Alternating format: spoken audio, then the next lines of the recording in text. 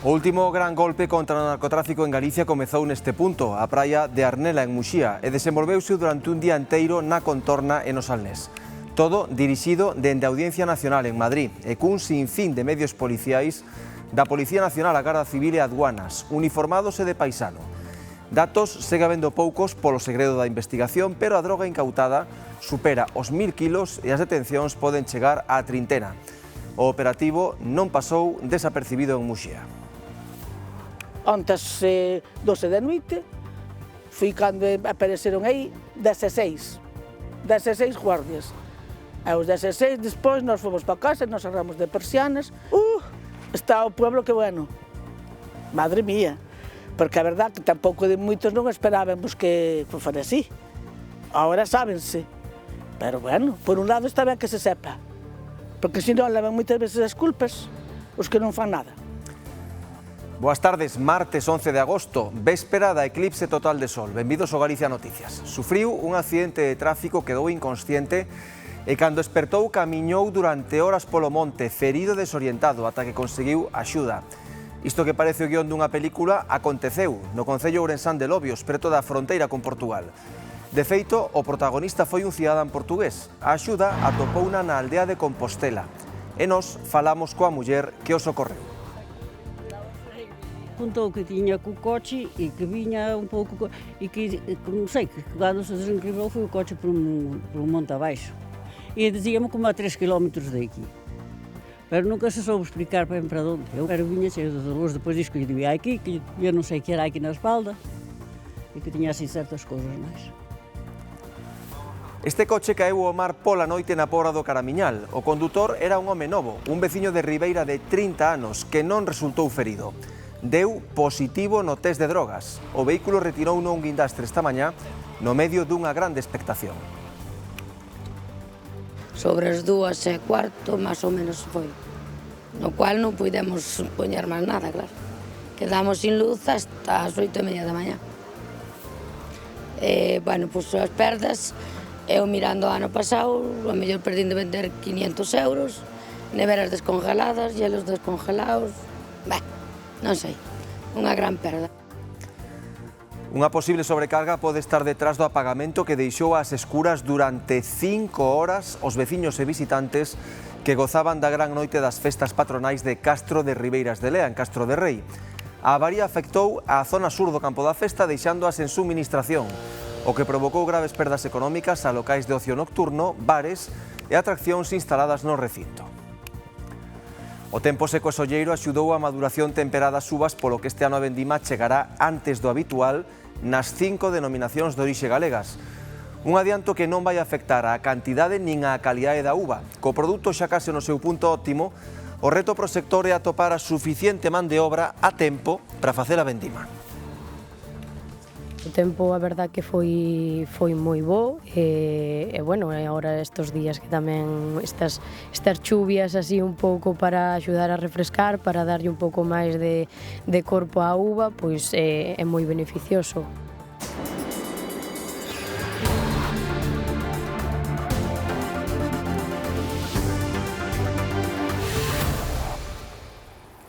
Un home de 33 anos, veciño de Cervo, é o último falecido polo de agora nas estradas galegas este verán. O camión que conducía emborcou na estrada que une o Vicedo con San Cibrao, a altura de Xove. Descoñécense as causas polas que o vehículo saiu da vía e acabou dando a volta na cuneta. Foi precisa a intervención dun guindastre para rescatar o corpo da vítima. Acudiron efectivos da Garda Civil, Protección Civil, sanitarios do 061 e os bombeiros de Viveiro. 2 horas andou vagando polo monte e polos camiños de Lobios un condutor portugués que tivo un accidente de tráfico na fronteira, ata que unha familia da aldea de Compostela, no Lindoso, lle prestou axuda. O home está ingresado, evoluciona ben, pero o coche segue sen aparecer. Filomena, veciña de Compostela, unha pequena aldea de Lobios, foi a primeira en lle dar auxilio ao home accidentado. Contanos que nin sequera petou a porta do desorientado que estaba, que sentou nunha pedra ao pé da súa casa e pediu que avisasen os servizos de urxencia. Miña filla mesmo foi a quen lle dixo se podía chamar por teléfono, chamar a policía, chamar algo que viera aquí onde era uma ambulancia ou o que fora que estaba mal. Que teve como uns 10 minutos ou 15 que teve sentidos assim que se cousou.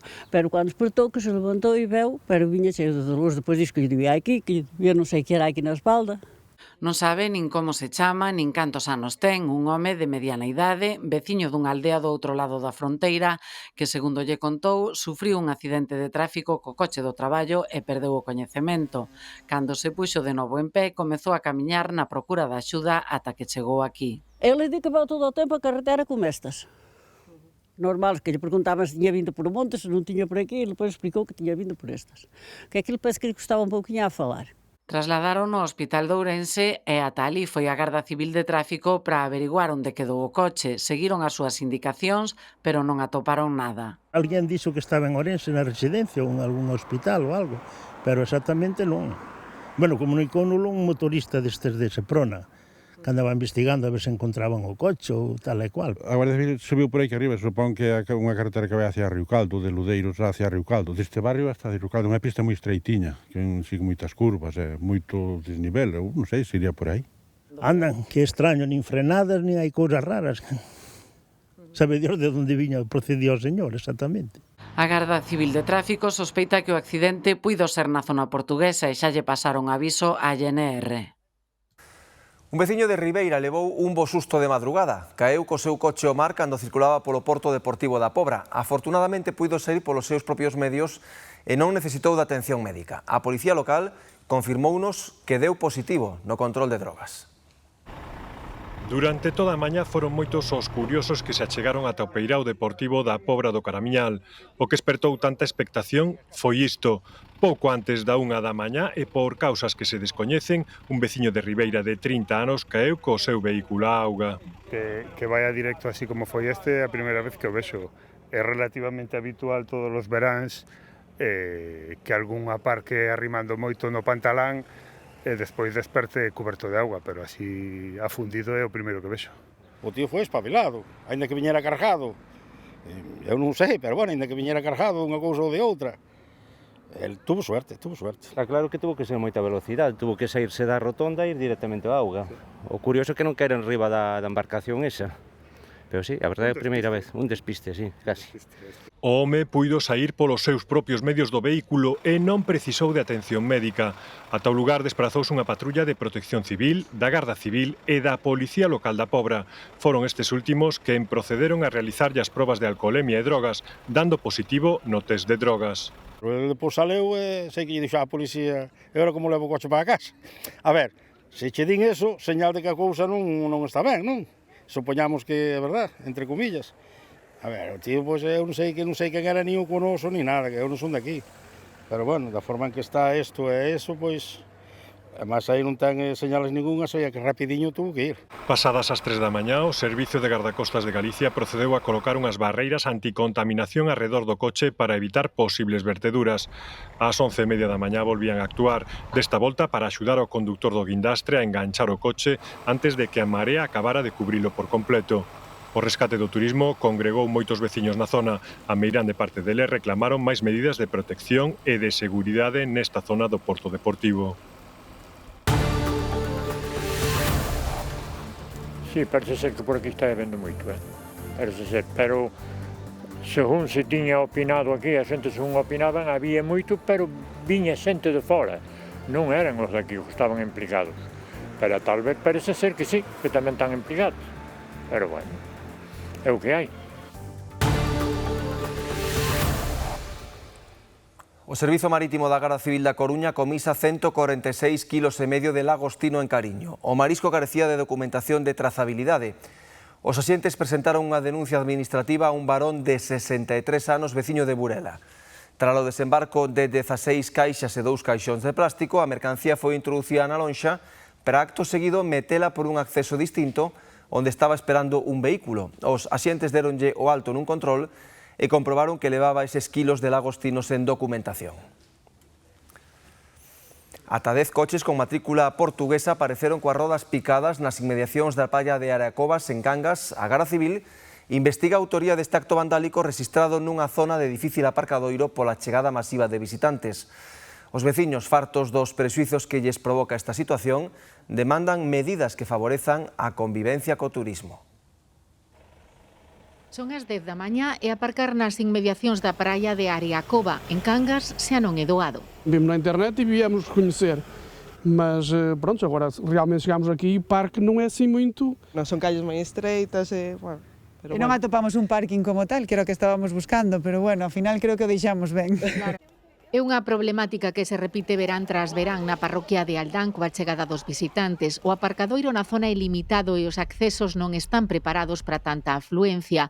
As infraccións de algúns condutores prexudican moitos veciños da zona. Todo o mundo se queixa, que aparcan donde encontran, e ao final non pensan nos demais. Mas non podo atender a maioría dos clientes, non podo. É imposible aparcar, teño que vir así a primeira hora, repartir 2 ou 3 cousas e logo xa olvidarme durante todo o día. Demasiados, incluso para poder vir a traballar, isto é insostenible, porque incluso aparcan na rotonda.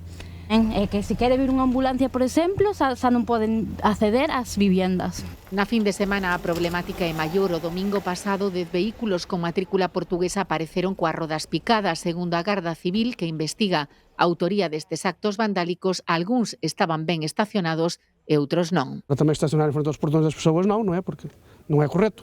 Se fosse na miña casa tamén non gostaba. Pena non ter un parque de estacionamento mellor, non é? Isto é insostenible a veces. Tes que andar pitando, tes que andar dicíndome que aí non se pode aparcar, nin aparecen. Chámase, non aparecen. Os veciños non están en contra do turismo, pero levan tempo reclamando medidas como a máis presenza policial para garantir a convivencia e a seguridade. Durante a celebración das festas en Castro Ribeiras de Lea, en Castro de Rei, unha avaría eléctrica deixouse en luz a zona sur do campo da festa durante 5 horas. Actuaba a París de Noia, que puido continuar co espectáculo, pero a falta de suministración eléctrica afectou a algunha das atraccións e a varios bares, o que provocou graves perdas económicas, sobre todo para os locais. Cartel de luxo en Castro Ribeiras de Lea para as festas patronais en honra a San Roque e Dulce Nome de María. A París de Noia tocaba case que os primeiros acordes na madrugada do domingo luns cando marchou a luz. A mitad ou a pouco de empezar. Sobre as 2:15, máis ou menos foi. A festa, afortunadamente, puido continuar porque o apagón só afectou a unha pequena zona situada ao fondo do campo da festa. Todo seguiu tocando, algunha atracción sí que é verdad que parou.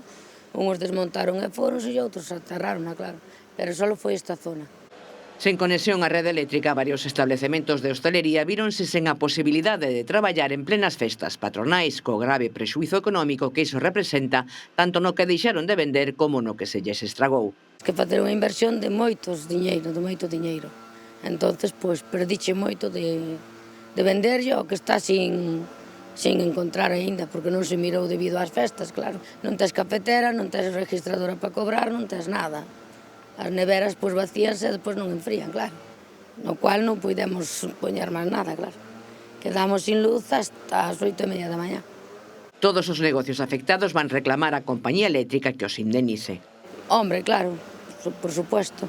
As perdas, eu mirando o ano pasado, a mellor perdín de vender 500 euros, neveras descongeladas, hielos descongelados, non sei, unha gran perda, a verdad que sí. Perdas importantes tamén nos dos locais de ocio nocturno que tamén quedaron sen suministración, o que non puideron vender, o xeo que se perdeu dentro dos congeladores e os cartos dos empregados extra contratados para unha noite en que non puideron traballar. A luz restableceuse na zona 5 horas despois de marchar. A compañía Vegas apunta un problema nun fusible dun transformador como a causa da avaría. Imos xa con esa última gran operación contra o narcotráfico, máis de 20 detidos durante unha descarga de máis de 1000 kilos de cocaína. Esta vez non foi no sur, foi en Muxía, pero polo pouco que trascendeu, a mercadoría estaría xestionada por un narco da Arousa. Entre os detidos hai un garda civil moi vencellado á Costa da Morte. Contase que os colleron coas mans na masa, neste caso na Fariña. Pensei que na descarga. Está en Pouso Parador, unha playa que hai en Pouso Pasar o Parador. A descarga de máis de 1000 kilos de cocaína dunha narcolancha, unha embarcación relativamente pequena na praia da Arnela. É normal que se lle digo, aí fano moitas veces. Que incluso teño feito aí na praia dos Muños. Aquí na nosa zona iso é moi normal. Esperábanos, de feito os axentes e coches camuflados empezáronse a notar contra a medianoite da madrugada do domingo ao luns, pero durou o día inteiro. Os guardias estuveron aí todo o tempo, entonces para arriba e para baixo, marchaban uns e viñan outros, marchaban uns e viñan outros. Ontas 12 da noite, empezaron a vir coches, cada coche traía dúas personas, paraban aí, viña outro coche, paraban aí, 16 guardias.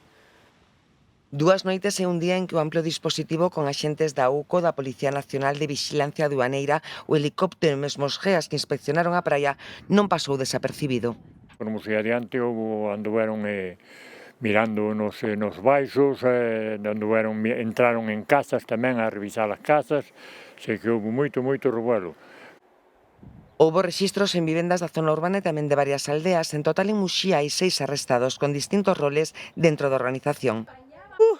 Está o pueblo que bueno, madre mía, porque a verdad que tampouco de moitos non esperábamos que fora así. Ahora sábense, pero bueno, por un lado está ben que se sepa. O resto dos detidos, en total máis de 20, son de concellos próximos á Coruña, entre eles un garda civil da Comandancia moi ligado á Costa da Morte e tamén na provincia de Pontevedra. Algunhas fontes relacionan esta descarga coa do narcosumersible que apareceu a deriva en xaneiro do ano pasado tamén en Muxía tras unha descarga de máis de 4.000 kilos de cocaína. Detrás de ambos cargamentos podería estar unha organización internacional liderada por un narco da Arousa, o que confirmaría o interese das mafias do sur nestes enclaves da Costa da Morte, con praias máis agochadas e menos vixilancia. A operación segue aberta con moitos cabos por atar. A calor non dá tregua en Galicia con temperaturas que nesta xornada poderían chegar aos 38 graus nalgúns puntos do sur da comunidade. 35 concellos do interior de Pontevedra e da montaña de Ourense están hoxe en alerta vermella por este novo episodio de calor provocado pola entrada de aire cálido procedente do sur da península. De seguida lle lo contamos aquí no Galicia Noticias.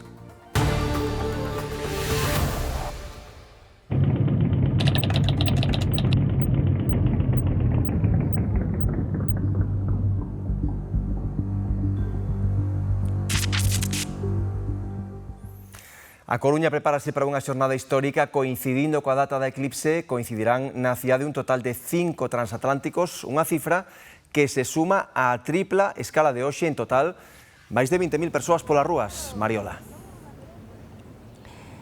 Si non é a primeira vez que coinciden neste porto da Coruña 5 transatlánticos, pero certo é que algo extraordinario e iso require dun esforzo organizativo por parte da autoridade portuaria no que participan alrededor de 200 persoas. Estímase que eses 20.000 cruceiristas que se agardan na cidade entre hoxe e mañá deixen un retorno económico en torno aos 2 millóns de euros, principalmente no comercio, hostelería e outros servizos. Dos 5 barcos, 4 deles partirán ás 6 da tarde deste porto da Coruña para ver a eclipse dende o mar. O quinto permanecerá aquí na cidade ata as 9 da noite. A Coruña quenta motores para unha data histórica. Como aperitivo do 12 de agosto, o porto recibe unha tripla escala de cruceiros con máis de 11.000 turistas. For a souvenir all the way from Northern Ireland. All the way, yes. So, yes, our first time in La Corona. Excellent. O dispositivo especial montado pola autoridade portuaria inclúe un total de 200 persoas que se encargarán de coordinar a operativa do 12 de agosto con 5 transatlánticos nos peiraos da cidade. Todas estas escalas e as salidas son escalonadas.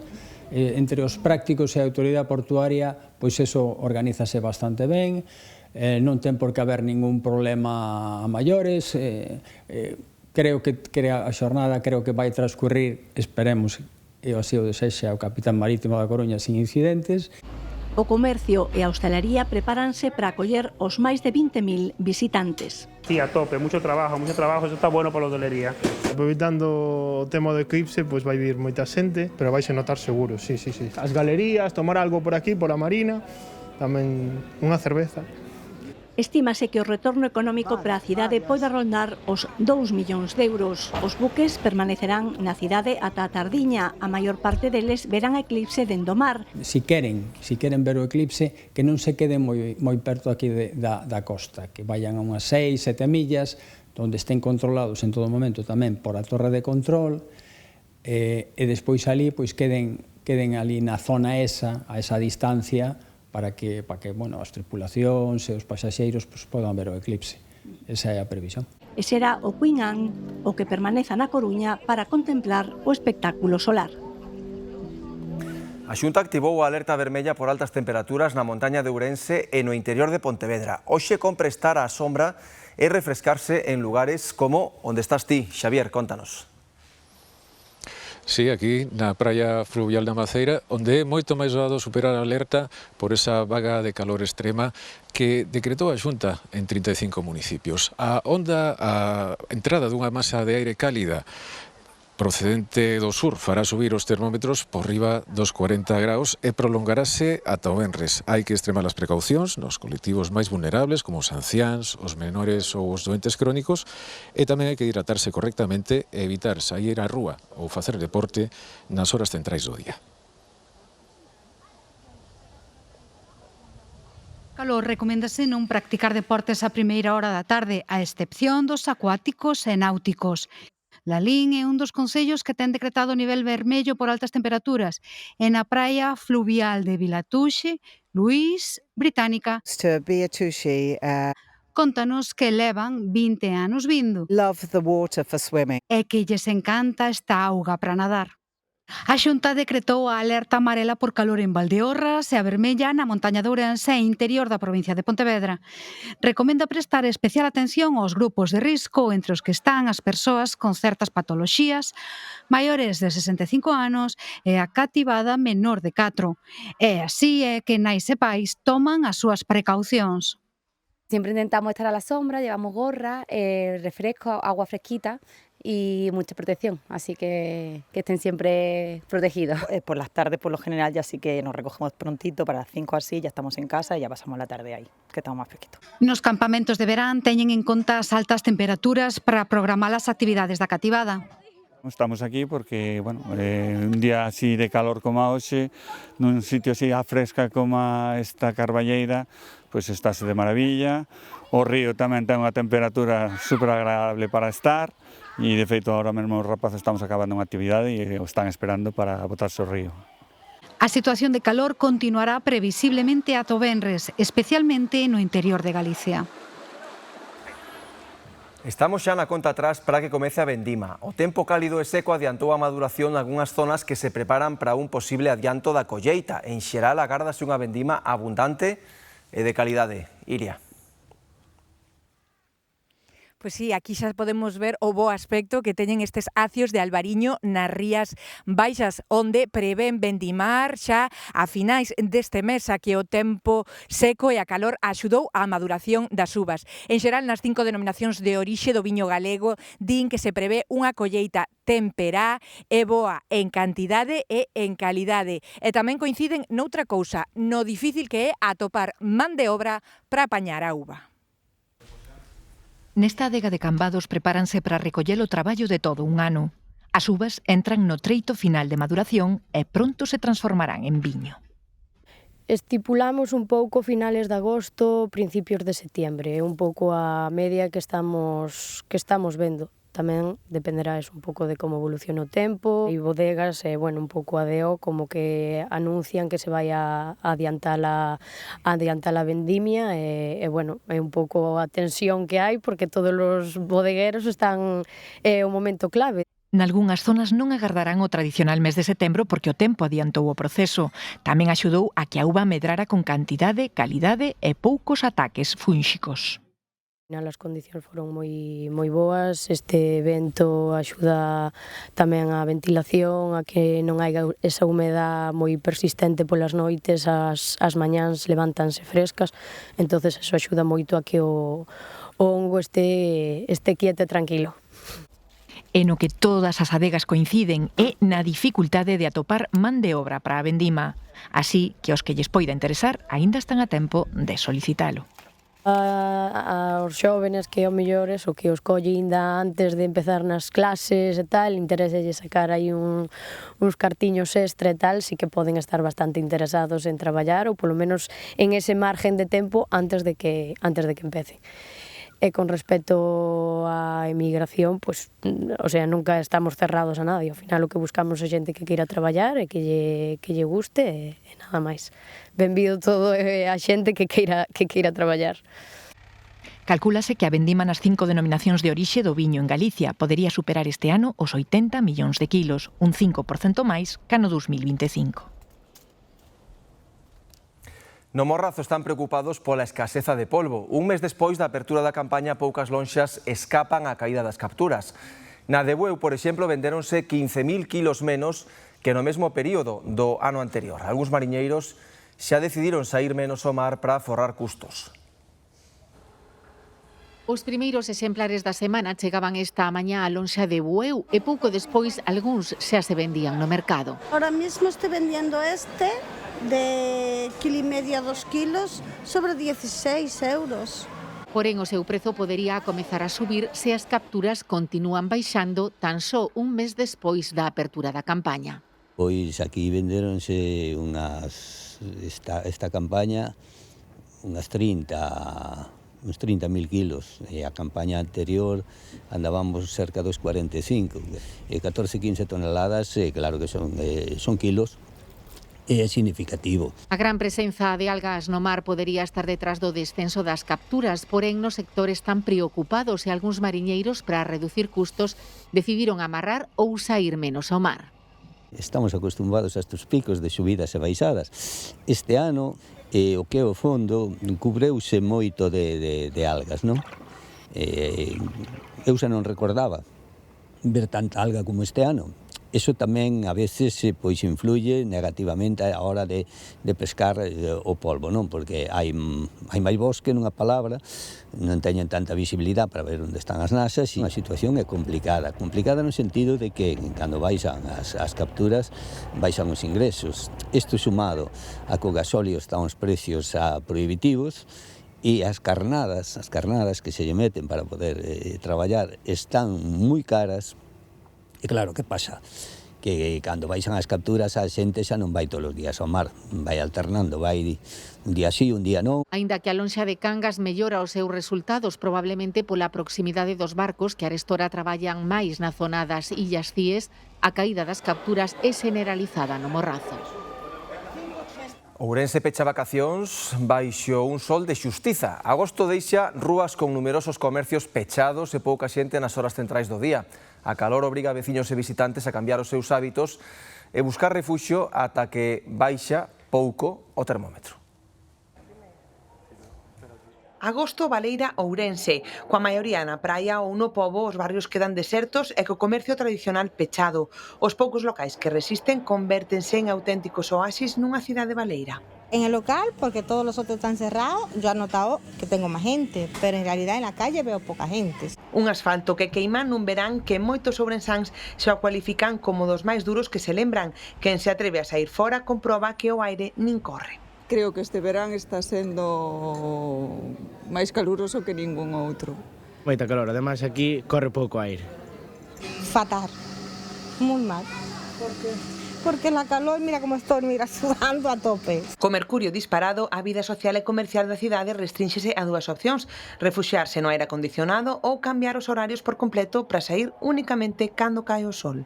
Cambio, hai moito cambio, a xente ven a partir das 7, das 8, a única xente que ven antes das 7 é porque vai ao río, vai á piscina e pasa polo paseo, senón o traballadores.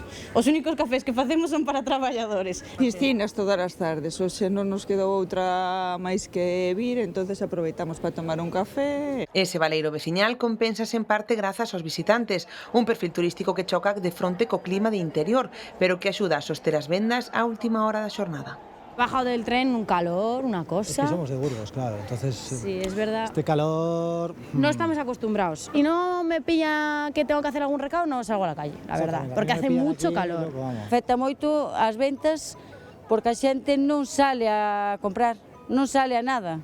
Unha calma tensa que se multiplica cando chega a fin de semana, deixando estampas dun Ourense fantasma que agarda entre a calor e o silencio a que remata o mes de agosto. Os fines de semana non ven nadie. Os domingos é desértico, a xente entra porque temos aire acondicionado, non por nada máis. Así chegamos ao remate do Galicia Noticias, quedan xa con Marta de Arriba do Telexornal. Moitas grazas pola compaña e moi boas tardes.